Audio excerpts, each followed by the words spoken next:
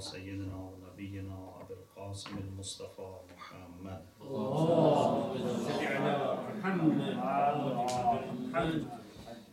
وآله الطيبين الطاهرين لا سيما بقية الله في الأرضين عجل الله تعالى فرجه الشريف وجعلنا من أعوانه وأنصاره. I congratulate you for the birth anniversary of Imam Mahdi, Ajal Allah Ta'ala Farajahu Sharif.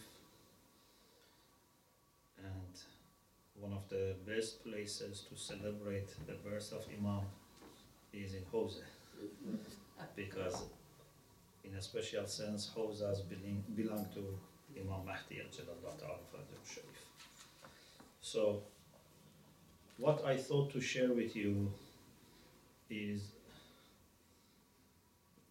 a kind of brief introduction to one of the du'as that we are recommended to recite for Imam alayhi salam. But before I start, I should make maybe 2 points clear. One is that sometimes we think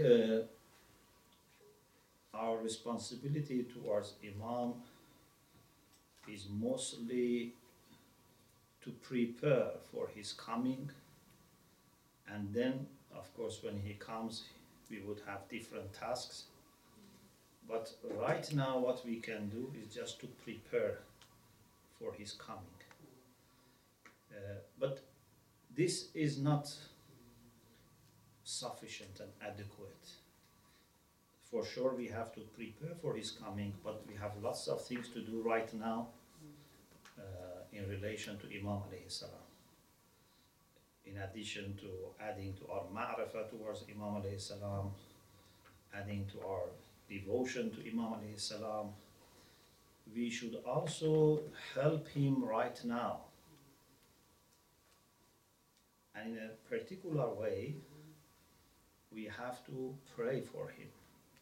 Not only pray for his faraj, pray for his well-being and for his health and protection right now. So, inshallah, when he comes, what we are supposed to do, that's another thing. But even right now, we should have this deep sense of responsibility to help Imam with our spiritual connection and with our prayers. So I move on to the second point, and that is we should not think just because Allah has promised to keep him alive till Faraj happens, because that is a guaranteed promise.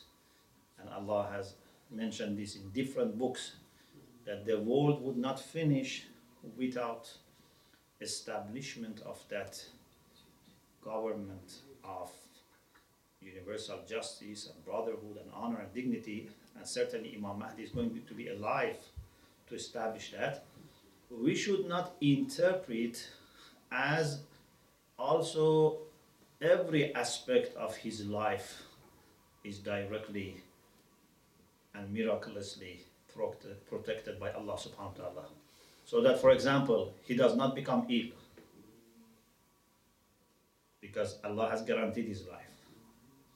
Or he would not be troubled by bad people because Allah has guaranteed his life. The magic of magicians, for example, or the plots of jealous people would not affect him. Or, na'udhu billah, our bad actions would not terribly affect him. So his life is guaranteed to be protected, but his well-being, whether it be physical or mental, spiritual, everything needs care. And part of it is we should help with our du'as. So I will inshallah come back to this if I get chance. But before anything, I want to start with this du'a. You have in Mafatihul Janan, and of course, this is what Sheikh Abbas Qumi quotes from Misbah of Sheikh Tusi, that Yunus ibn Abdul Rahman, those who studied Usul, you remember we had this in the discussion about Khabar Wahid, that one of the hadiths that we used to argue that we can refer to reliable people is this hadith, that the person asks, Afa Yunus ibn Abdul Rahman thiqatun akhudhu anhu ma'alim dini. So the same Yunus ibn Abdul Rahman, who is a reliable person, he says that Imam Raza alayhi salam used to recommend to be reciting this dua for Imam Mahdi ajalallah ta'ala fa'adil sharif. So few generations before Imam was born, Imam Raza recommended the Shia to pray, because the prayer is not wasted. If you pray, for example, for your grandchild that you have not yet been given, your du'as still are important and will be saved for the right time. So dua is not going to be wasted at all. So from now you can pray for generations to come in future. So this is the dua that Imam Raza alayhi salam taught, and Yunus ibn Abdul Rahman is narrating. It starts with this, Bismillah ar-Rahman ar-Rahim. Allahumma adfa' an waliyyika wa khalifatika wa hujjatika ala khalqik wa lisanika al-mu'abbir ank الناطق بحكمتك وعينك الناظرة بإذنك وشاهدك على عبادك. This is a dua, but at the same time it's a course on knowing an Imam, as we call him, Imam Shanasi. So Imam Raza says you should pray in this way. O Allah, please keep away and remove. The object is not mentioned. It means anything bad. Any either plots, any attacks, any magic, anything which would be bad. Please remove from Imam, keep away from Imam. But Imam is described in this way. An waliyyaka. Imam is the wali of Allah subhanahu wa ta'ala. He's the one who has authority on behalf of Allah subhanahu wa ta'ala to exercise leadership, to command, to prohibit. So everything that a guardian on behalf of Allah needs to have, he has. Plus wa khalifatika. So these are concepts that we use to refer to the Hujjah of Allah. One is, he is wali, coming from wilaya.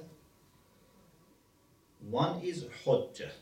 One is khalifa. Khalifatika wa hujjatika ala khalqik.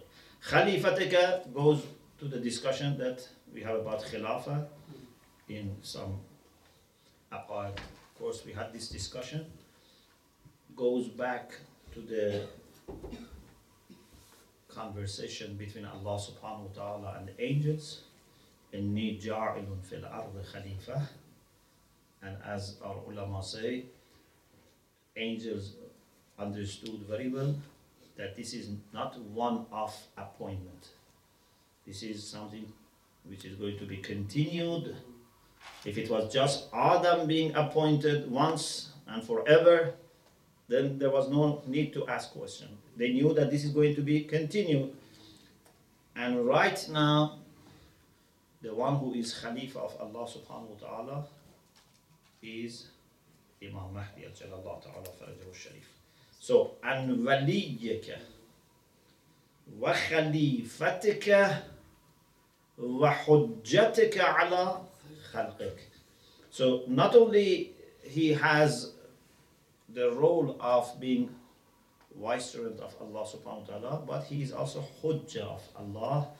It means that through him we can understand the will of Allah subhanahu wa ta'ala.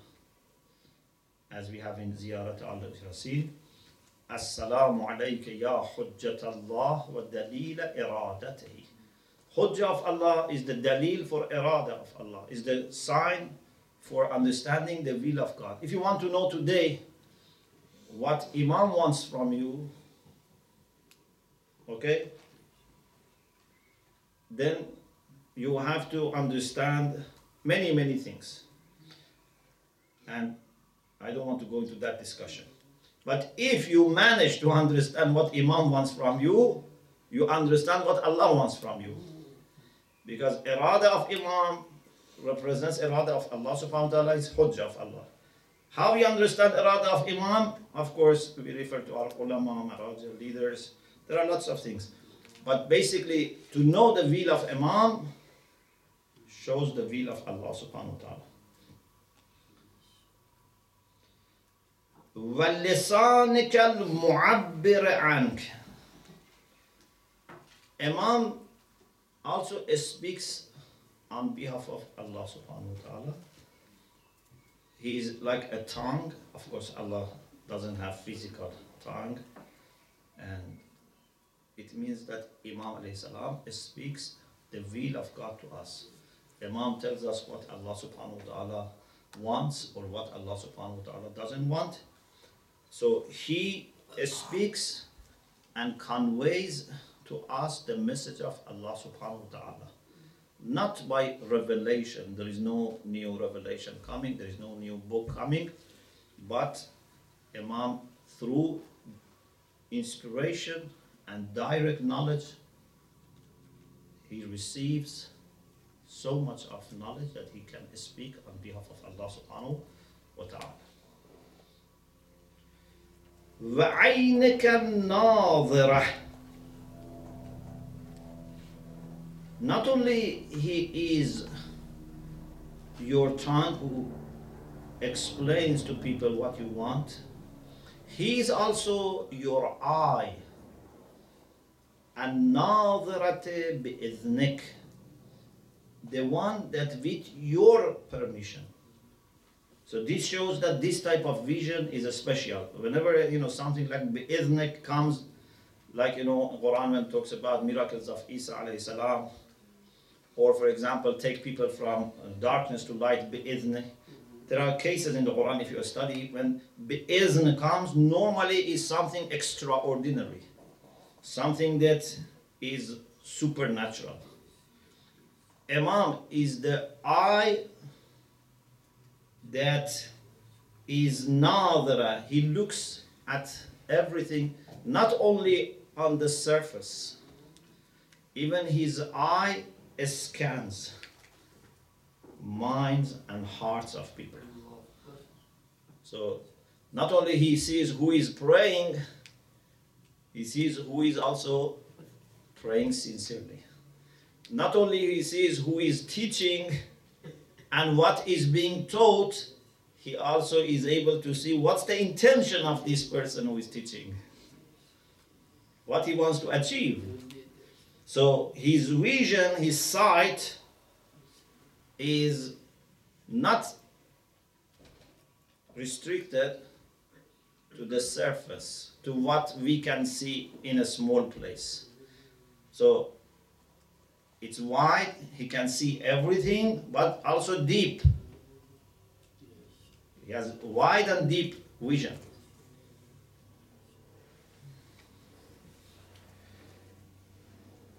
وَشَاهِدِكَ عَلَىٰ عِبَادِكَ. And then he is your witness In Imam, we had this discussion about the concept of witness. Based on the Quran, we know for Allah subhanahu wa ta'ala, there is always a witness who lives with the people. And on the day of judgment, Allah would bring these witnesses. لَنَنْزَعَنَّ مِنْ كُلِّ أُمَّةٍ شَهِيدًا. Allah, from every group of people, from every generation, He will bring the witness, and that witness then would offer his testimony. He says, who believed, who didn't believe, who practiced, who didn't practice. So in dunya, he is like a standard. You know what you are supposed to do. He explains the will of God. But also on the day of judgment, he would say who followed him, who didn't follow him. Al-Jahjah al-Mujahid. He is not sitting, he is not just reading, for example, Quran, or just seeing and watching people. When we say he is witness, he is an active witness. He is like a commander who is at the same time witnessing what soldiers are doing. Not that, he is there, given camera to just look at people and record. He is himself mujahid. He is in front of everyone, nearer to the risk and dangers than anyone else. And he sees who is going with him and who is betraying him. Who is pretending to be with him and who is honest. But he is himself mujahid.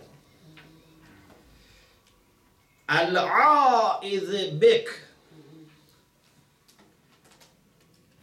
Imam is the one who is always connected to God, puts his trust in God, and asks God for refuge.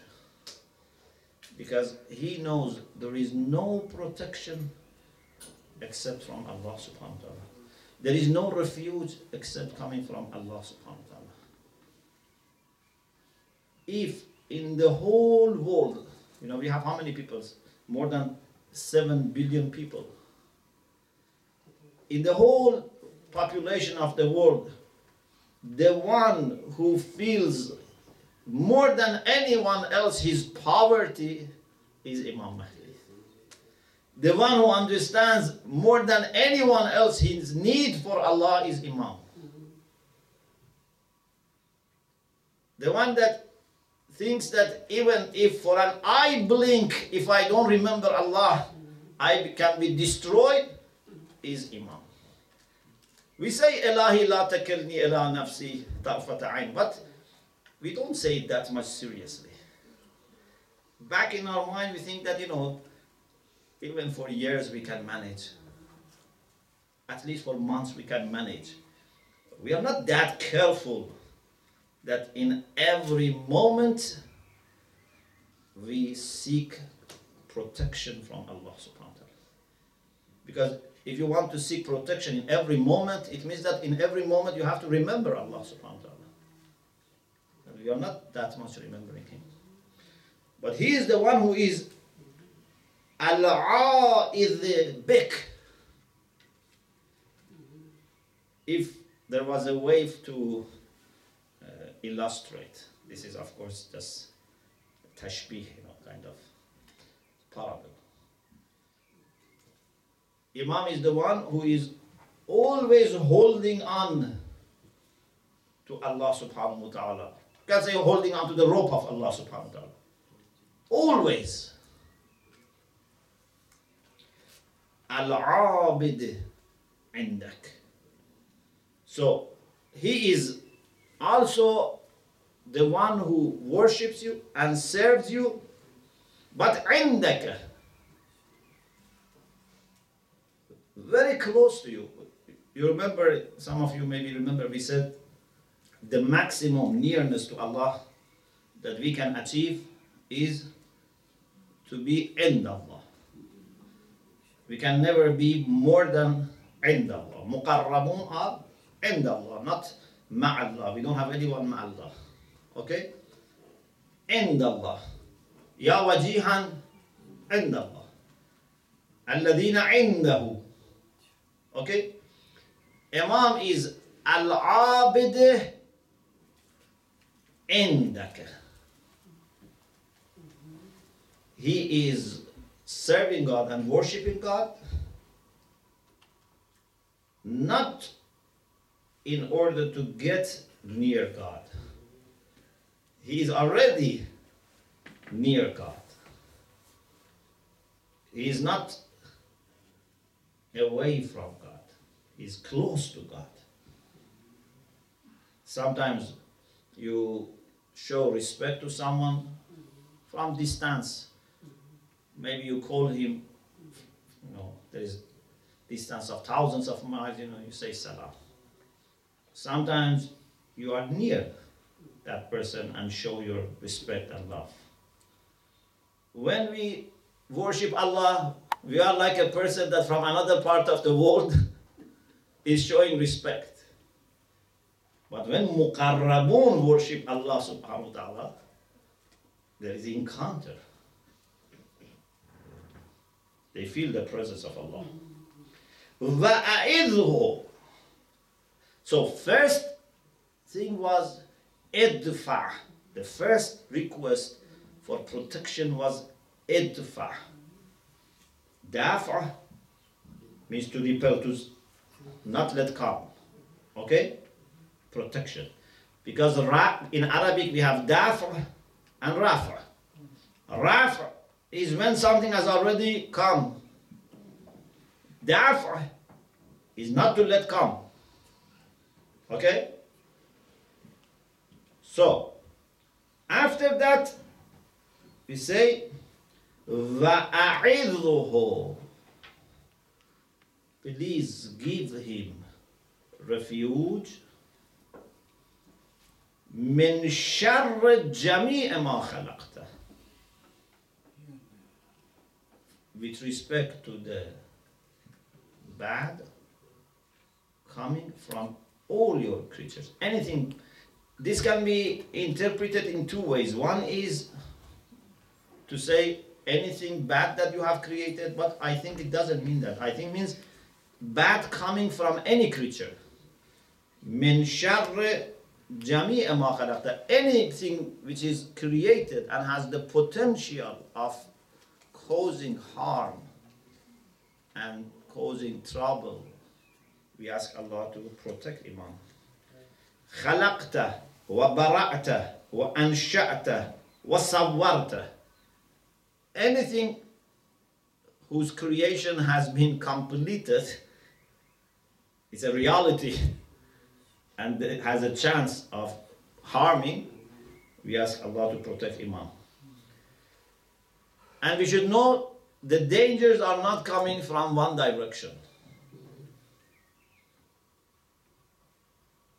واحفظه من بين يديه ومن خلفه وعن يمينه وعن شماله ومن فوقه ومن تحته.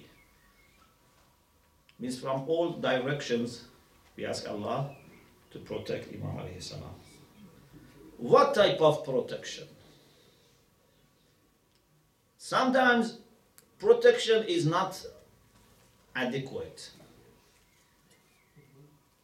But if protection comes from Allah subhanahu wa ta'ala, it would be adequate. If He gives you the shield, then no one can penetrate. Therefore we say, بِحِفْظِكَ الَّذِي لَا يَضِيعُ مَنْ حَفِظْتَهُ بِهِ. Give him such a protection that if you give to anyone, he would not lose the protection. He would be safe. So you undertake his protection. You would be his guard and protector. And then there is something very also emotional here. وَاحْفَظْ فِيهِ رَسُولَكَ وآبائه. Please, in him, protect the Prophet and his fathers. It means that he is the only one left from this holy family. Any love that you have for Rasulullah, please show it to Imam Mahdi. Any love you have for Amirul Mu'mineen, show it to Imam Mahdi. Because now, if he remains, there is something from them remaining. He is Baqiyatullah, and he is also Baqiyatu Itrat Rasulullah. Any protection that you would have loved to give to the Prophet and Imams, please give it now to him. وَاحْفَظْ فِيهِ رَسُولَكَ وَآبَائِهِ أَئِمَّتَكَ. His fathers, who were your own Imams. وَدَعَائِمَ دِينِكَ. They were pillars of your religion. So if you have, of course we know Allah has this, but this is the way we request. If you have any love for your faith, if you have any love for your Prophet and Imams, please express that love by protecting Imam Mahdi. وَاجْعَلْهُ فِي وَدِيعَتِكَ الَّتِي لَا تَضِيعُ. Please put him in a safe place that you have, that would never be lost or endangered. And then this continues, inshallah, when you get chance, you can read. I mentioned after 2-3 lines, but I cannot say all of it, but a few pages. Then we say, وَانْصُرْهُ بِنَصْرِكَ الْعَزِيزِ. Please also help him with your help, which is aziz, means no chance of being defeated. A help which brings victory. This is why in Arabic, Nasr and Intisar, come from the same. Although Nasr means assist, but when assistance is great and works, brings victory. So we say, please help Imam, a kind of help which would not leave any chance for defeat. بِالنَّصْرِكَ الْعَزِيزِ. If Allah with his Nasr al-Aziz helps someone, no one can defeat him. وَأَيَّدُهُ بِجُنْدِكَ الْغَالِبِ. And affirm him and strengthen him with your army, which is dominant, which is victorious. وَقَوِّهِ بِقُوَّتِكَ. Inshallah, you read. My understanding is that these are not only about the time of Zuhur. This is for our time. It's not something that we say all these du'as are for when Imam comes, for example, and the battle starts.